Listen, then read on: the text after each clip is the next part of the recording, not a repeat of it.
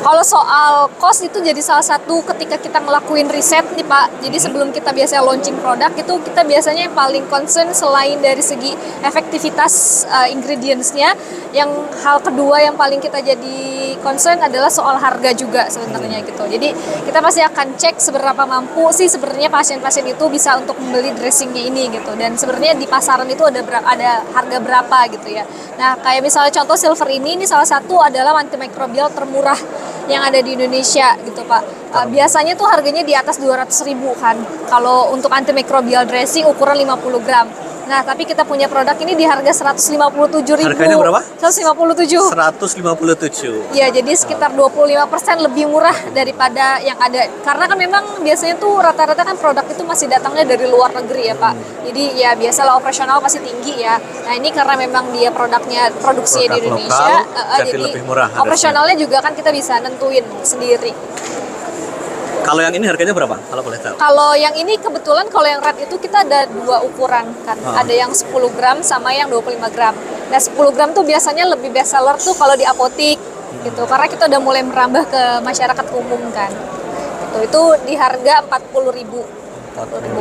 Kalau masyarakat mau beli di mana? Bebas membeli atau harus dengan resep dokter? Bebas membeli karena Over the counter, ya. masuknya itu dia alat kesehatan. Kategorinya bukan obat. Alat kesehatan. Alat kesehatan. Jadi kalau alat kesehatan itu siapapun bisa akses. Bukan over the counter medicine kayak gitu? Lain? Bukan. Jadi dia kalau misalnya mungkin dari segi registrasi itu yang keluarin adalah Kementerian Kesehatan. Nah itu dia bebas. Pembeliannya sekarang sih udah zamannya online kan. Ada di Shopee? Ada. Sekarang udah zamannya online jadi kayaknya nggak mungkin deh semua orang harus gampang lah untuk bisa dapat aksesnya kan sekarang gitu. Insya Allah saya jadi distributor. Oke, jadi intinya ya lebih murah dari obat-obat yang lain. Iya. Gitu ya. Oke.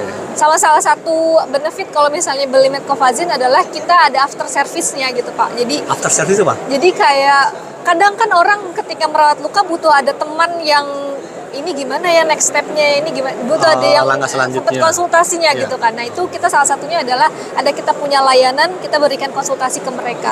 Bahkan pun mereka pakai dressing yang lain karena kan tentu ya nggak cukup hanya pakai Medcovazin aja nih, tetap butuh secondary dressing, butuh pakai plester yang lainnya. Itu tetap kita juga akan berikan arahan gitu Pak sampai dengan pasien itu bisa benar-benar healing lah. Oke, bagus berarti itu bagus. Ini yang nggak ada nih, orang kasih produk sembuh atau enggak udah selesai. Urusan ya, udah nggak urusan nggak urus ya.